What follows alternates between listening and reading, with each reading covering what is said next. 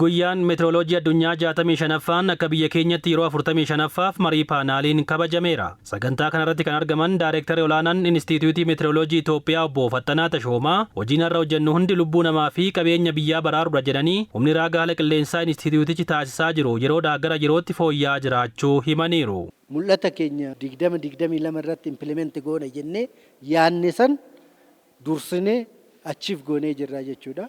Raadaarii fakkeenyaaf amma makkoo irratti kan dhaabne kiiloomeetira 250 raadiyeesii sana jidduu jiru naannoo Asoosaa, Gaambeellaa, Lixa Oromiyaa, Lixa Amaaraa jiru hunda asitti ilaallee xiinxaluu dandeenya jechuudha. Kanaaf istaandaardii idil addunyaa karaa eegeen raawwachaa jirra jechuudha.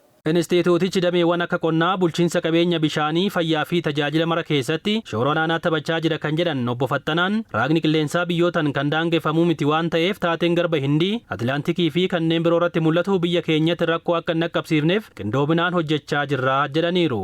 Raagni qilleensaa daangaa biyyootatiin kan daangeffamuu miti. Biyyoota adda addaa waliin qindoomanii hojjechuu barbaachisa. Bu'uuruma kanaan taateen garboota adda addaa irratti mul'atan garba Paasifiik, garba Hindii, garba Meediteraaniyaanii, garba Atilaantikii irratti mul'atan dhiibbaa gara keenyatti karaa dhiibbaa gaariis dhiibbaa gadhees fiduu danda'a jechuudha. Kanaaf asitti haala kenninu qofa osoo hin taane biyya keessatti wiirtolee 11 hundeessinee giddu galeessummaa diriirsinee jirra jechuudha. Saganticha irratti kan argaman bakka buutuun dhaabbata meteoroloojii addunyaa Dr. Maariyaane Diyoop sosochii raagaa haala qilleensaa irra taasifnu galmoota diinagdee akka naannawaatti qabame milkeessuu keessatti hiikoo qabaachuu hubannee hojjechaa jirra jedhaniiru.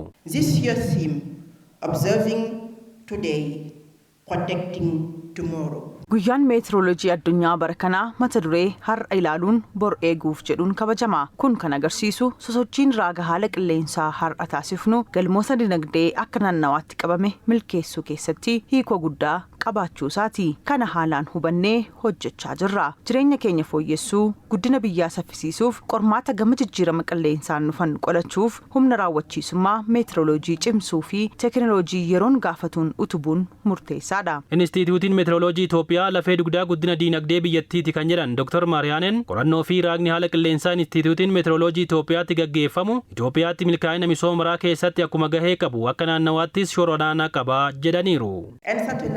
Data, radar systems. Haalli ragaa walitti qabuu fi siistamni raadarii keenyaa lafee dugdaa guddina dinagdee biyyaati. Qorannoo fi raagni haala qilleensaa Inistituutiin Meteoroloojii Itoophiyaa gaggeessu milkaa'ina misooma maraa keessatti akkuma gahee qabu akka naannawaattis shoora olaanaa qabaa jennee amanna.